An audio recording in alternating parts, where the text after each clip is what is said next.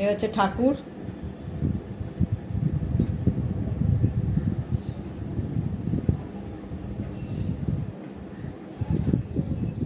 এই হচ্ছে ঠাকুর। এই যে একটা রুম, বেডরুম। এখানে একটা খাট আছে তলায়, এটাকে ধরে টানলে বড় হয়ে যায়। এইটাকে ধরে টানতে হবে, টানলে এটা বড় হয়ে যায়। এই খুলে যাচ্ছে, এটা বড় হয়ে যায় খাটটা। এটা আবার ঠেলে ভেতরে ঢুকিয়ে দিতে হয়, এটা তখন 6-7 খাট হয়ে যায়। এইটাকে ইগনোর করবে। এটা হচ্ছে জন্মাষ্টমী সামনেই আসছে, প্রচুর কিছু বার করা হয়েছে, সব রয়েছে। এটা ঠাকুরের কাপড় সব বানাবো, সব রেডি করে রেখে দিয়েছি। রাধা কৃষ্ণ, লক্ষ্মী, মা লক্ষ্মী, গোপাল সবার কাপড় বানানো হবে, জামা কাপড় বানানো হবে। এটা হচ্ছে আমার শাশুড়ি মা, এটা আমার শ্বশুর মশাই, মানে বাবা, আমাদের বাবা, মিস্টার দত্তের বাবা, আমারও বাবা। এটা হচ্ছে কবেকার ঘড়ি আমি জানি না, ও তো বলে আমার জন্মের আগের ঘড়ি। এখনো অয়েলিং করে ঠিক করে করে চালানো হয়। এটা হচ্ছে ঠাকুরের শোকেস। এখানে ঠাকুরের জামা কাপড় থাকে, প্রতি বছর বানানো হয় জন্মাষ্টমীর সময়, সেগুলো সব থাকে এখানে, আটে না।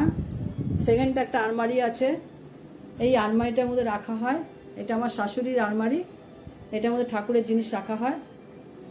এখানে একটা আলমারি আছে, এটা আমার আলমারি, এটা কাঠের।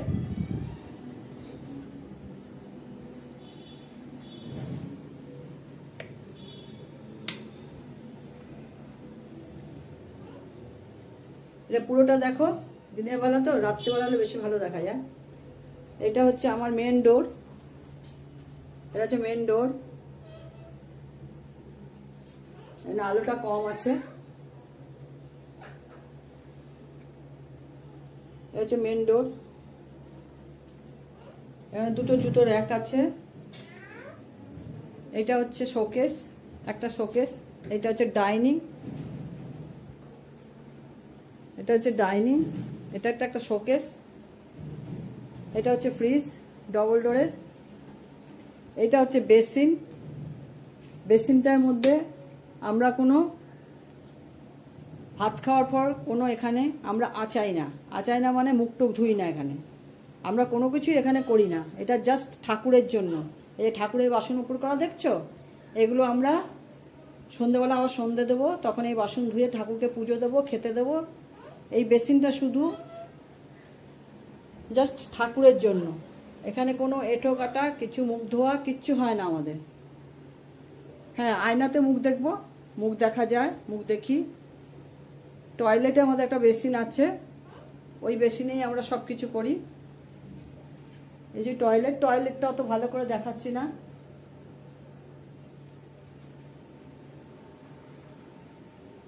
Washing machine, TV, 50 inch TV একটা। এটা পুরো ডাইনিং। এই হচ্ছে ডাইনিং।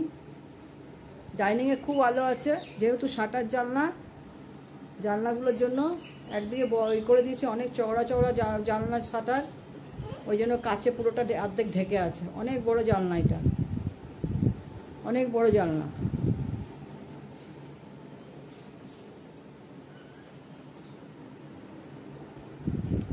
এখানে মাইক্রোওভেন রাখি, ইন্ডাকশান রাখি, ইন্ডাকশান ব্যবহারই করা হয় না।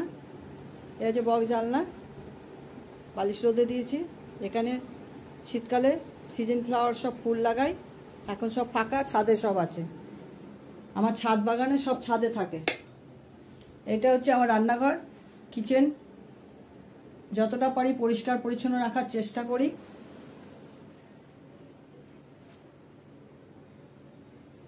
একদম ক্লিন করে পরিষ্কার করে রেখে দিয়েছি। আবার একটু পরে নোংরা হবে। প্রচুর জিনিস পরিষ্কার করে রাখতে পারি না, লাগেই তো, জানেন তো, মেয়েদের রান্নাঘর সব সময় বারে বারে পরিষ্কার আমাকে করতে হয়। কতবার যে করি, কত যে জিনিস এখানে, শেষ হয় না। শেষ হলে আবার এসে যাবে। এগুলো সব রাখতে হয় হাতের সামনে, গুছিয়ে গাটি যতটা পারি রাখি। এটা বাসনের একটা র্যাক। এইটা র্যাকটা কিনেছি অনেক দিন আগে, তাও অনেক বছর হয়ে গেল, 15 বছর। অ্যালুমিনিয়ামের এত ভালো র্যাক, তখন কিনেছিলাম 600 টাকা দিয়ে। এখন এর প্রচুর দাম। এখানেও একটা শোকেস আছে ছোট্ট করে, এগুলো সব কাচের জিনিস থাকে। এদিকেও আছে। মোটামুটি ছোটখাটো একটা মডেলের কিচেনের মতন করা আছে, করে নিয়েছি। এখানে শোকেসও সব আছে, প্রচুর কাচের জিনিস আছে।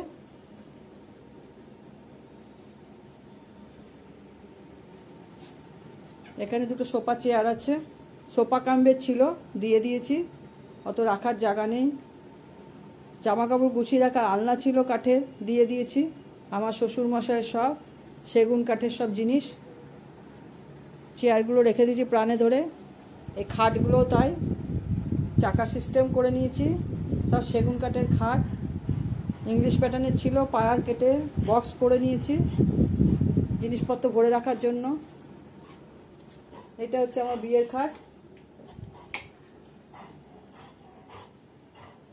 আমার পোষ্যর জন্য সবসময় মাদুর পেতে রাখতে হয়। ও সব চাদর ছিঁড়ে ফেলে, নতুন নতুন চাদর। মাদুর গেলে যাবে একটা 100-150 টাকা, কিন্তু চাদর খুব দামি চাদর, সব ছিঁড়ে দেয় বিছানায় উঠে। এই জন্য এর ওপরে মাদুর পেতে রাখি, এখনও পাতা হয়নি, পাতবো। এখানে একটা চেয়ার আছে, মাঝখানে এগুলো সব গদি করে নিয়েছিলাম চেয়ারগুলো, এখন সব খুলে ফেলেছি। গদিতে বসা যায় না, যেহেতু আমাদের স্পন্ডেলাইটিস আছে, এই জন্য আমরা গদি ব্যবহার করি না। আমরা তোষকও শুই, তোষকের মধ্যে আমাদের খাটের মধ্যে সব কাঠ দেওয়া আছে, কাঠের ওপর তোষক দিয়ে আমরা শুই। আমরা জাজিম মানে গদি ব্যবহার করতে পারি না। এখানেও বক্স জানলা, শাটার জানলা। এই যে আমার ঠাকুরের ধূপকাঠি ধরছে তুলসী তলায়, তুলসী মঞ্চে। এই আমার ছোট্ট ব্যালকনি, ব্যালকনিটা ছোট্ট ব্যালকনি, এর মধ্যে সব। এখানে একটু গাছ আছে, ছাদেই সব গাছ বেশিরভাগই।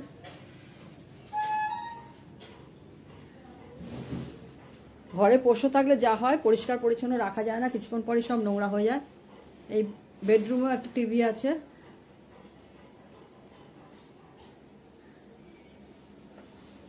এখানে আমার ড্রেসিং টেবিল। ড্রেসিং টেবিলটা বিশাল বড়, বিশাল বড় ড্রেসিং টেবিল। প্রচুর জিনিস রাখতে পারা যায়, রাখি আমি, তাও আমার হয় না। এই হচ্ছে গোপাল, আমার সোনা বাবা।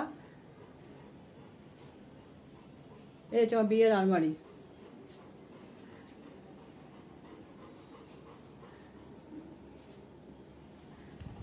এই যে হোম ট্যুরটা দিলাম, আপনারা মাঝে মাঝে হোম ট্যুর দেখতে চান, এই জন্য হোম ট্যুর দিলাম।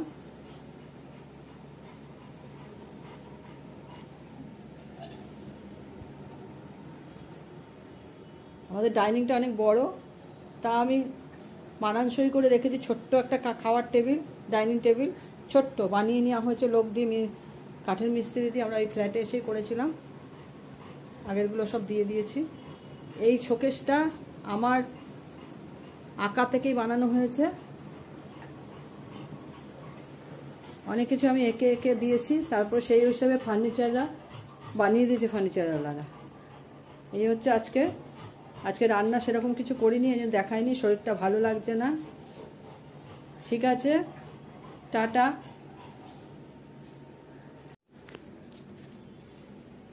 সরি, এখানে একটা আলমারি আছে, আলমারি কাম শোকেস আছে একটা। এটা আমরা ফ্ল্যাটে আসার আগে আমরা ডিজাইন দিয়ে কাঠের লোককে দিয়ে বানিয়েছি। এখানেও প্রচুর জিনিস আছে, প্রচুর জিনিস আছে এখানে। একটা শোকেস আছে, এটাও আমরা বানিয়েছিলাম কাঠের লোক দিয়ে বাড়িতে। এর উপরে অ্যাকোরিয়াম রাখার জন্য, অ্যাকোরিয়াম ছিল, বড় অ্যাকোরিয়াম, তার সব মাছ মরে গেছে, অ্যাকোরিয়াম সরিয়ে দিয়েছিলাম। অনেক বড় অ্যাকোরিয়াম ছিল এর মধ্যে, কেন এই জন্য এটা পুরো কাঠের বানানো হয়েছিল, যাতে অ্যাকোরিয়ামকে ধরে রাখতে পারে। বুঝতেই পারছেন, বড় অ্যাকোরিয়াম মানে প্রচুর জল দিতে হয়, ভর্তি করে জল দিতে হয়। তার মধ্যে সুন্দর সুন্দর মাছ ছিল, মাছগুলো মরে গেল। গোল্ডফিশ, জানেন তো, যারা গোল্ডফিশ পোষে তারা জানে, একটু বড় বড় হয়ে গেলে ওদের একটা জেলি টাইপের হয়, মাথার উপরে তার থেকে ওদের অসুখ হয়, অসুখ হয়ে ওরা মারা যায়।